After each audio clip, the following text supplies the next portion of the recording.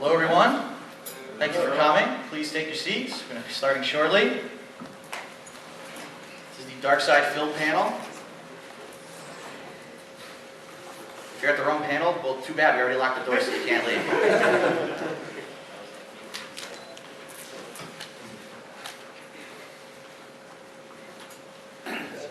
Good? Yeah. All right, welcome everyone. Thanks for attending our panel today. I'm Phil Burnell, also known as DarksydePhil on YouTube and in various gaming communities. And what we're going to talk about today is a little bit about my story, how pretty much inadvertently, over the past several years, I was able to turn my online hobby into a full-time occupation, a way to actually financially support myself. And the trials and tribulations I've been through trying to do it. And then after that, what we're going to do is we're going to actually debut a project that we've been working on for quite some time. We're pretty excited about it, called Project 7. It's going to be a short little web mini-series. And after that, we're going to open up the panel to Q&A about anything, whether you want to ask me about what I talked about in the panel, any of my cohorts here along the panel, we'll introduce in a moment, about the things that they're doing, or anything like that. So before we start, I guess I should introduce. Next to me I have John Rambo, as many of you might recognize from my videos and also his channel, John Rambo Presents. How's it going, everybody? We've got Howard. How's it going? How's it going? From Howard Showcases. We've got Andre from Respect the Pack. And we've got OJ, who you might see from Fresh OJ Some Pulp or John Rambo Presents the show, the weekly podcast that they do. I'm around. Alright, so, a little bit about myself. I grew up in Connecticut. I grew up with games. I grew up in the 1990s with games like Street Fighter, Final Fantasy. I was heavily into going to arcades and playing games competitively. And even though it was always kind of my hobby, I never necessarily thought that it was ever going to turn into something else other than that. And right around the year 2000, I actually started getting a little bit more into the competitive Street Fighter scene, started traveling the country, playing games like Super Street Fighter 2 Turbo, Marvel vs. Capcom 2. I actually attended the very first Evolution, which is the fighting game nationals. And I took it pretty seriously for a while, all through my college days and through my first several full-time jobs that I held as an adult. And then about in 2007, after doing this for about 7 years, I said, you know what, I've been there, I've done that, I've been all around the country, and I'm a little burnt out.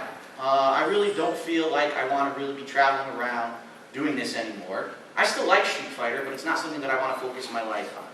And I started focusing on other things. Well, late in 2007, unfortunately, I was diagnosed with a pretty serious back injury. And my doctor pretty much told me, listen, for the rest of your life, you're either going to need a really, really serious operation, or you're going to have to stop carrying heavy things, you're not going to be able to drive long distances, you're not going to be able to play sports.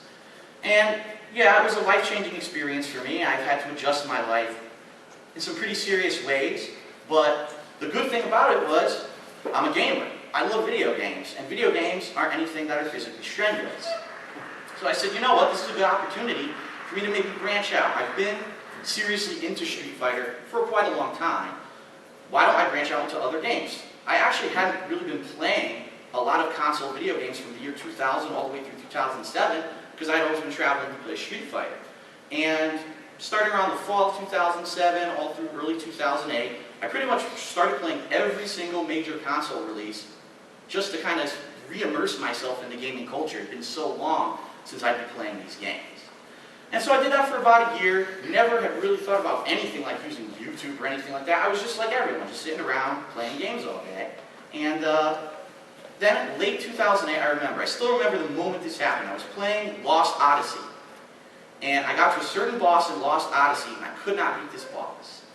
And I went to GameFAQs, it was the old school place that everyone went to get their information on how to beat games. But Lost Odyssey had just come out. There was no facts or anything explaining how to beat this boss. I said, man, I don't know what I'm going to do. How am I going to beat this guy? I didn't want to go out and spend $25, $30 on a strategy guide just to figure out how to beat one boss. So I went on a website called YouTube, and I typed in Lost Odyssey, and up came one set of videos. Only one person had actually gotten to that point in Lost Odyssey. And I'm watching the guy fight this boss, and I'm learning some stuff from it, but the thing that really got me was, this was his let's play of the game, but there was no commentary. It was just straight, direct capture footage. And for me, it was like, wow, this is great. I'm learning, but I really wish he was explaining what he was doing when he was beating this boss. What was his mentality? What strategies is he using? because it was kind of hard to interpret what he was doing when he was trying to beat this boss just by seeing it. And then I got an idea. I said, you know what? I got a camera. I literally have had this camera for 5 years. I've never used the thing. Why don't I just hook it up on a tripod, start recording myself playing games and see what happens? So I created this channel, DarksydePhil, on YouTube, which some of you might be familiar with, way back when. And I started recording myself. Now it was funny, because I didn't have a widescreen camera. It wasn't an HD camera. It was this little, really crappy digital camera. I had a widescreen TV. I had to edge it on the side of the TV to try to get the whole thing to fit in. And it sounded horrible. It looked ridiculous. But the thing was, unlike what everyone else seemed to be doing on YouTube, which was, we wanted to do these master level playthroughs where, we beat the game with a speed run and we never have a problem. I'm just going to play the game and mess around and have fun. So a couple of the first games I played, like Mercenaries 2, Dead Space, I didn't necessarily do a full playthrough. I just recorded the parts of the game that I thought were funny or frustrating, and I did commentary over it. And I didn't take it seriously. Sometimes, I'll be honest, I had a few drinks. I was, rolling around the couch, half-cocked, swearing at the game, saying, what the hell. I remember being lost in the sewers in Fallout 3 for about 4 hours one day on the surface. And so, that's all it really ever was for me. It was just kind of a hobby, something I was doing to kind of mess around. So I did that till the end of 2008, and then all of a sudden, something crazy happened. I started looking, I was like, wait a minute. How many views did that video get? It's got 700 comments. And I'm like, I never thought that people would actually be entertained by some Joe Schmo average gamer just sitting around bullshitting, playing games.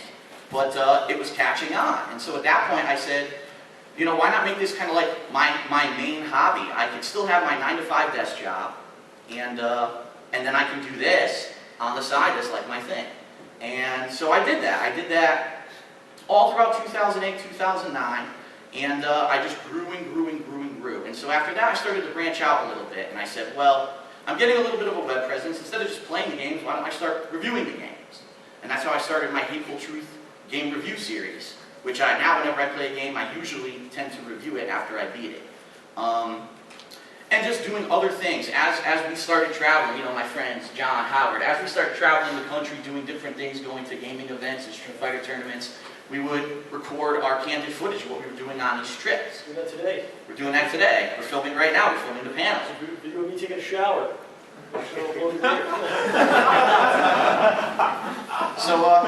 So this is pretty much anything that we did that was gaming related, we started recording, and it just seemed to catch on. Now, again, keep in mind, this whole time, it was a hobby. It wasn't, and never in my wildest dreams did I ever think that I was going to find a way to turn this hobby, this gaming hobby that I've had my whole life, and find a way to make money doing it. I never had that intention. So then I believe it was about halfway through 2010, and I made a separate channel outside of my gaming channel, because a lot of people were complaining there was too much stuff on that channel. We would like it if you just put gaming footage on that channel. So I made another channel on YouTube that was kind of like for video logs for our trip footage. It kind of separated the two. Right. And I ended up actually getting YouTube partner status on this separate channel, which means that basically I can put ads on those videos. And based on how many people watch the video, how many people click the ads, you can actually make some side income doing this. And it never was anything significant. Maybe I make $100 a month. It was nothing that was ever going to be anything but than just like a little side thing. And so I continued doing this all through 2009, 2010. We had the little partner thing going. It was pretty sweet. During that time, John Rambo actually qualified to go to the Super Battle Opera qualifiers for Street Fighter. Right. And he made his own channel, John Rambo Presents, on YouTube, for which he put up all this footage of his trip to Japan. That became pretty popular. Spin-off channel. Spin-off channel, if you will. Yes. And so we were just having fun doing what we were doing. And then, late in 2010, completely unexpectedly, I was laid off from my full-time job for 5 years. And it blindsided me. I mean, just to give you some perspective, every boss in the building tells you they love what you're doing, and then you come in one day and you get your pink slip. And it's like, wow, I just bought a condo last year. What the hell am I going to do? And so I sat down that day. I remember I called John, and John came over and we were talking it out or whatever, and I was like, you know what? I've been smart with my money. I didn't blow all the money that I made, when I had this job for 5 years. So I had a couple of months saved up. They gave me a very, very small package to help me out because they knew the economy was bad.